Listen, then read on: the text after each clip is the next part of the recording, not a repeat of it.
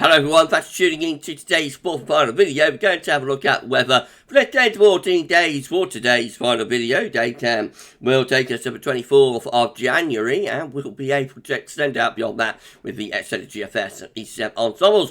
They run to around a couple of weeks. We'll have a look at the CFS V2 at the end of the video for the next 4 weeks. Gets us into early February. I shall get on that for you in a moment. Just to say that the first video today was the 6 AM upload. We've also released the weekend forecast and the ECM WF 42-day forecast. So it's been a busy old day at GavsWeatherVids today. Please like, share, subscribe on the video. Thank you so much, everybody, for doing that. Right, let's have a look at stratospheric developments then, shall we? So, we are going to begin this video with the latest on the stratosphere. This is how temperatures are currently looking at 10 HPA over the North Pole versus average. So the black line shows that we are still significantly colder than average, hovering excuse me, close to around minus 80 to minus 78, minus 77, something like that. This time of year we should be around minus 60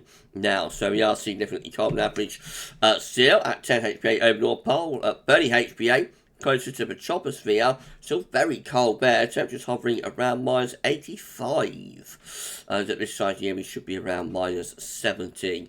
So, yeah, very cold temperatures of both 10 and 30 HPA. This is helping to fuel the polar vortex and driving the westwards, and partly, not complete, but partly accounts for the very mild, wet and windy excuse me once again, first after January that we've had. Now we're looking to see if we can get a major stratospheric warming over the North Pole. So this is how temperatures are looking in terms of the next couple of weeks from both the GFS midnight and also 6Z runs. So the midnight run, first of all, we've got a modest warming or a minor warming going on over Siberia at the moment at 10 HPA in the stratosphere.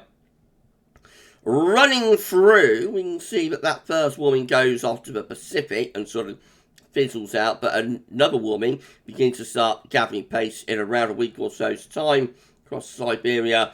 Meanwhile, the blue and purple colours, the cold temperatures at 10 HPA stratosphere over the North Pole, they are maintained, albeit displaced a little bit towards the Atlantic and Greenland side of the North Pole. Now into the external range with the GFS midnight run, we get a very significant warming of stratosphere occurring there over Siberia around the 23rd of January.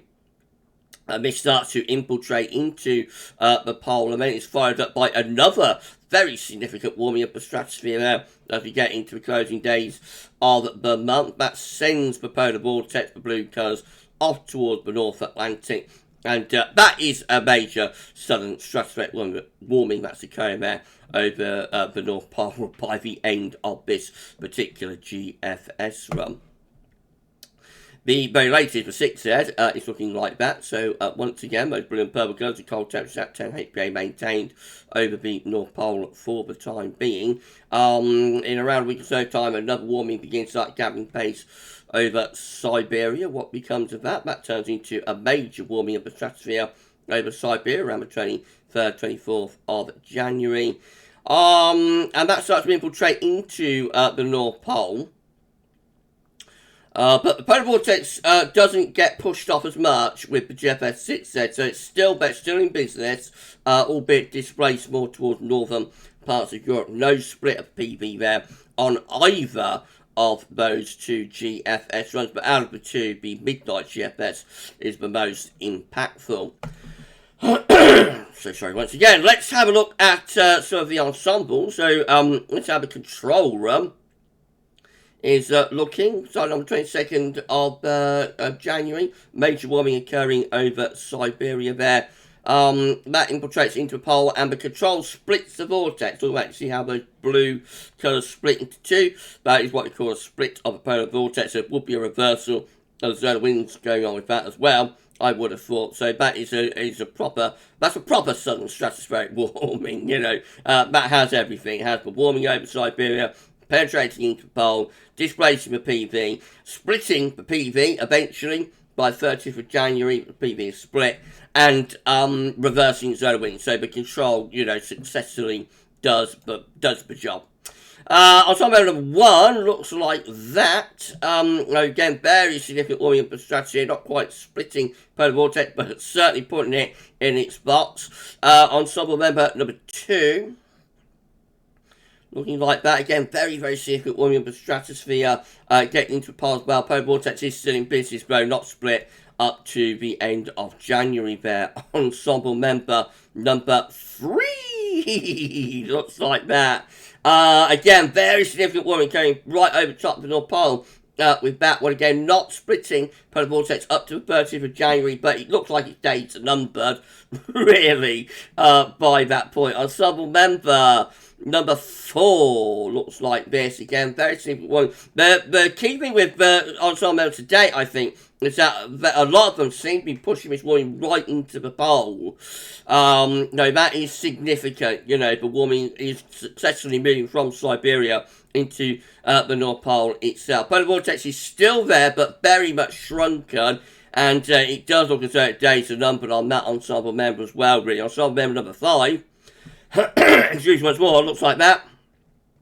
So a little bit less impactful with ensemble member number 5, polar vortex successfully surviving up to the 30th of January. However, that is again another very significant warming that is occurring there. Ensemble member number 6 looks like this.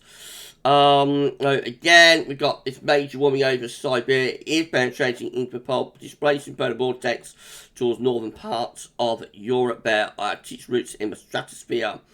Ensemble member number 7 looks like that. Again, very significant warming at the stratosphere going on with that one. Ensemble member number 8, splitting the vortex. Look at this. Ensemble member number 8 also successfully splits the vortex. Most of it going off into North Atlantic, a little bit of it going off into Russia. Again, ensemble member number 8 with a fully bona fide southern stratospheric warming, reversal zone wind, split of the polar vortex, you name it, you know, that has it. Ensemble member number 9 looks like this. It looks like that is more or less splitting the vortex as well, doesn't it? If you go on another 12 hours or so, I bet we'd see that split. So I think ensemble member number 9, we can say that one is also splitting the vortex. Ensemble member number 10 looks like that. Again, very significant warming penetrating into the North Pole. The polar vortex is still in business up to the 30th of January, but it does look very diminished. Ensemble member number 11 looks like that. Again, all much of a muchness really, but no split with that one. Ensemble member number 12 looks like that. Again, very significant warming. Ensemble member number 13 splits the vortex. Ensemble member number 13 also splitting the vortex into 2 there. And probably reversing solar winds as well. Ensemble member number 14 doesn't split the vortex. Ensemble member number 15, what's that one doing? Again, that one doesn't split the vortex. Ensemble member number 16 looks like that. Not quite splitting the vortex with that one, but certainly penetrating that warmth into the North Pole. Ensemble member number 17 looks like that. Again, very significant warming penetrating into the pole. Ensemble member number 18 splits the vortex. Look at that, big time. Wow, wow, wow, wow, wow. Look at that. That's the most dramatic we've seen so far. That really is a very significant southern stratospheric warming that we see with that one, with a reversal of solar winds and also a split of the PV. Ensemble member number 19. Interesting, this, isn't it? Interesting. Ensemble member number 19. More or less splitting the PV, I think, of ensemble member number 19. Ensemble member number 20. Looks like that, no split of the PV with that one. Ensemble member number 21. Looks like that, and no split with that one, but a significant warming from Siberia penetrating into the North Pole. Ensemble member number 22, no split PV with that one. Ensemble member number 23, no split with that one. Ensemble member number 24. very close to splitting the vortex, very, very close to pulling it off. Ensemble member number 25. Looks like that. Again, that was very close, I think, to splitting the vortex too. Ensemble member number 26. Very significant warming over Siberia and penetrating into the North Pole there. Ensemble member number 27. Looks like that. Again, they're all going for a very major warming of the stratosphere. It's just whether we have a displacement event or we split the PV really now. Ensemble member number 29. Look how much warmth is moving into the stratosphere with that one. And ensemble, although no split the PV up to that point, ensemble member number 30 finally looks like that. Again, major warming occurring. No split of the PV up to that point, but it does look very much as though we are heading for a sudden stratospheric warming. To me, anyway, it looks like we're heading for sudden stratospheric warming in the last week of January. Ensemble, zonal wind forecast from the GFS ensembles from weather is cool, and then we will move on from the strat. So at the moment, of course, let's just take away those green lines. At the moment, of course, we have got very strong zonal winds. We're up here with the zonal winds way above average, which is the black line. If we put in the GFS ensembles, initially the zonal winds are going to stay strong for the next week or so, maybe strengthening a bit actually in around a week or so time, and then the plummet. So nearly all ensemble members now, I think, maybe one or two not doing, but nearly all ensemble members now are going for a major weakening of zonal winds going underneath that 20 line just there. And there are now several, I would suggest, probably about 5 or 6 there that are actually going for reversal of zonal winds. These ones down here are sending zonal winds into reverse. They are the ensemble members, I would assume, are completely splitting the polar vortex by the end of the month, and they are the ones that will be sending zonal winds into reverse. So a big weakening of zonal winds very likely in the last week of January. Whether we get a full-on reversal remains to be seen, but the chances, I think, are increasing that we might send zonal winds into reverse in the closing days of January. And then, of course, we will have to wait, and see what, if any, tropospheric response we get to that as we go through February. Interesting times ahead. Right, central temperature is still sitting at 7.9, which is 4 degrees above average. That is provisional to the 13th of January. That should start coming down very shortly because, as we see with the GFS upgrade temperature and precipitation ensembles, for the next couple of weeks, the weather is going colder. So we're beginning to drop the temperature at the moment, and we have about nearly a week of below average temperatures to come. You see how the ensemble members are underneath red line. So about a week, just perhaps a little bit less than a week of colder than average conditions to come. Into the final week of January, there's a recovery in the upper air temperatures taking place there. Although we are starting to see a few ensemble members that are keeping it cold, actually. Or only briefly turning things milder and then bringing the cold back, maybe. These ones down here. At the moment, for now, they are outliers. But, we've got to see what's going on with those as we go into the last week of January. Particularly with the GFS, there's a suggestion of high pressure building towards Scandinavia. I'll show you that in a moment. Precipitation-wise, very wet to start off with, but it turns drier as it turns colder, but not completely dry. There is a little bit of precipitation around there. Some of that could be wintry, could be snow. And then into the last week of January, looks like it turns a bit more unsettled, especially perhaps towards month's end, although that is extended rain. Snow row. The Blackburn is looking like this. If you're going to update, there we go. So not too bad. Looks like it could be some snow across northwestern parts of England in the coming few days with this cold weather. And then we lose the snow spikes, though, as we go through the final week of the month. Temperature anomalies from the 14th to 22nd of January, going to be colder than average for much of Western Europe. Actually, the UK and Ireland is included in that. And precipitation anomalies from the 14th to 22nd of January, turning a bit dry, beginning to lose those wetter than average conditions that we've had since really the middle of December. Latest wind map from NOSchool.net shows that a change is underway. So the very mild southwest winds are now starting to get shunted off into the continent as the wind is turning into a cooler but not yet cold westerly.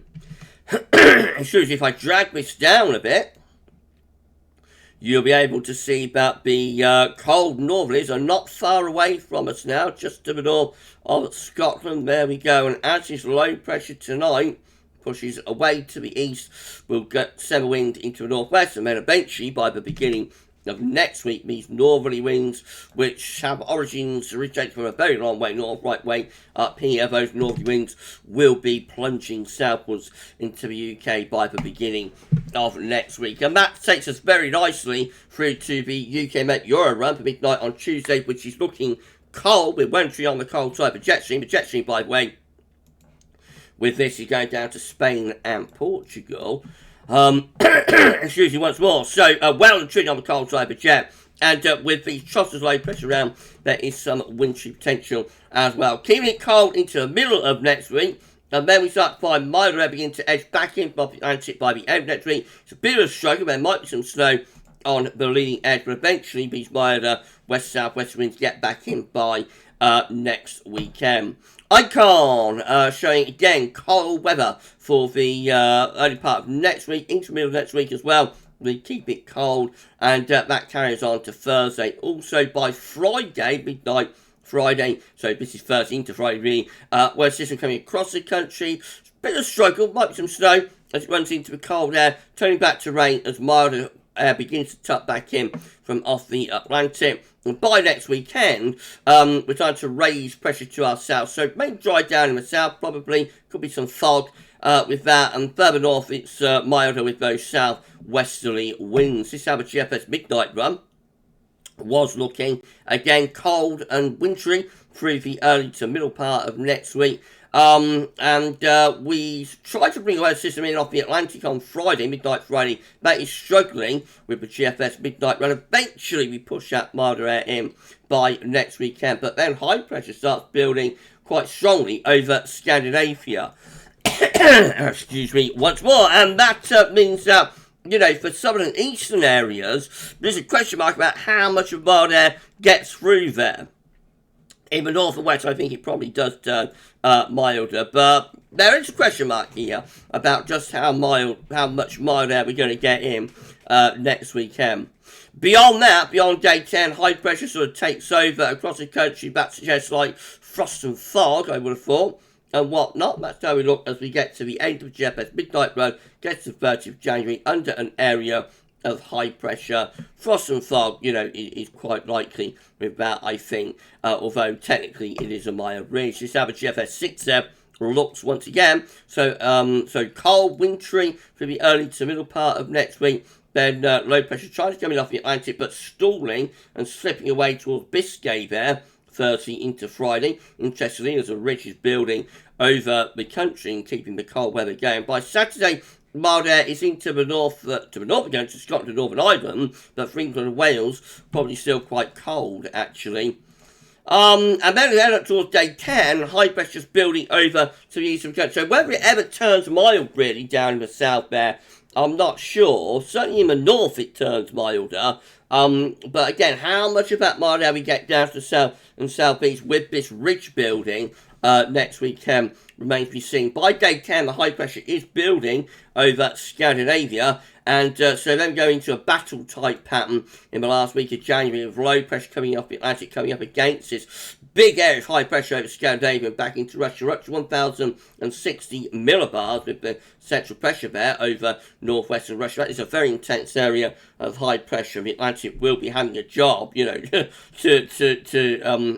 win that battle as it comes up against that area of high pressure. So all sorts of fun and games are possible here as we go into the closing days of January with this now 1,065 millibar area of high pressure over northwestern Russia, blocking the progress of these areas of low pressure. You know, whether there could be snow from that, we wouldn't know until much closer to the time frame in terms of what the parameters would be actually like, such as your temperatures and dew points and whatnot. But it certainly is a suggestion that the Atlantic is really struggling in the last week of January with that area of high pressure taking over to our north and east. If you're enjoying this video, then please you like, share, and subscribe. Thank you so much, everybody, for doing that. Why not drop a comment and let us know what you think about this and all of our videos.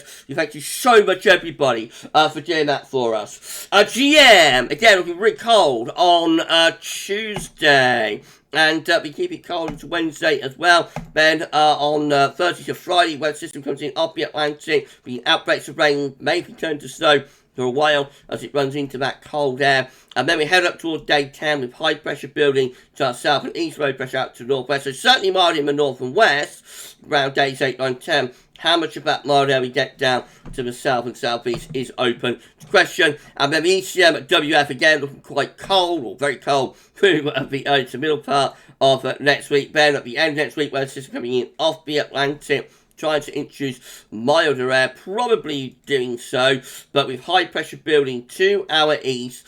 You know, how much of that mild air we get down into the south and the east remains to be seen. That's how we look as we head up towards day 10. By then, I think all areas have successfully turned mild, but it is a real struggle to get that mild air through with both the GFS and the ECM. This is a precipitation forecast based on that ECM run from TibetShow.com. Getting rid of today's wet weather in the next few hours. We've got lots of wintry showers packing into the north and west, of course. And then the trend over the coming days is to turn things increasingly wintry. That's 6 a.m. Monday, very wet in the south. This low has caused all sorts of headaches for a while. It looked like this could bring a snow event to parts of England and Wales. It looks like that can be kept over the other side of the channel mainly. So I think a snow event from that low is unlikely. But again, down in the far south and southeast, especially over elevation, if the low gets far enough north, there could be some snow with that. Meanwhile, lots of snow showers packing into the northern half of the country on Monday, and even some of those getting down into parts of the Midlands, for example, East Anglia, etc. Maybe some snow there in the southwest, parts of Wales, southwestern England on Tuesday. More snow in western areas too. Some of that snow could run along the south coast, for example, there on Tuesday afternoon to Tuesday evening. Yeah, then snow showers perhaps more towards the eastern side of the country as we go through into Wednesday. And then at the end of the week, in comes this weather system off the Atlantic. That's bringing some snow in with it. Bear in mind, the GFS is much weaker, though, with this weather system and sending it down to Biscay. So a bit of question mark about that. But by Friday next week, there's rain coming off the Atlantic. That's turning to snow across eastern parts of the country before the milder air starts to tuck in. And then the trend is probably towards drier weather away from structured Northern Ireland as high pressure takes over. We cannot show you the options on the table within the ECM ensembles again today. Unfortunately, have not updated once more at the Icelandic Met Office. Soon as the clusters come through, we will bring them to you, of course, but for now, the wait goes on. And the final thing we can show you is the CFS-V2. These are 500 millibar heights anomalies breaking down into week periods. The first week period takes from the 14th to 20th of January. The coming week has below average heights to our east, above average heights out to west. It's a cold and wintry week to come. Week 2 looks like that. It's going to be the 23rd, 27th of January. High pressure building over Scandinavia. Just about getting the wind into the east there. Perhaps a little bit southeasterly, but very close that to bring in easterly winds. All change for week 3, which is going to be the 28th of January to the 3rd of February. Low pressure then comes in off the Atlantic, turning things milder, wetter and windier once again. And then week 4 also set to be mild, wet and windy. It's the 4th to the 10th of February. Low pressure to our north and west, high pressure around Spain, and again in comes those mild westerly winds. We should wait and see about that. And we're done. If you enjoyed the video, please you like, share and subscribe. Thank you so much everybody for doing that, and why not drop a comment and let us know what you think about this and all of our videos. We thank you so much everybody for doing that for us. So yes, cold weather on the way. Not going to be depths of winter with this. Not going to be, you know, blizzards galore and whatnot. But it is going to be turning significantly colder. There will be some snow for some places, and we're going to see some hard overnight frost. Well, check out weekend forecast if you want to know more about what weather's going to be doing in the coming few days. But bigger story, and then beyond that, of course, we've got to watch out for this Scandinavian high. It's a new development, particularly within the GFS at the moment, for the final week of January. Will we build up Scandi? Will we get wind into the east? And then, of course, the bigger scenario is still with this sudden stratospheric warming. Will we get the SSW? But increasingly likely, I think, that we will. Through the closing days of January, so obviously we keep you updated with that. Been a slow burner for several weeks, it goes on, but I think gradually, incrementally, run by run, we're slowly getting there.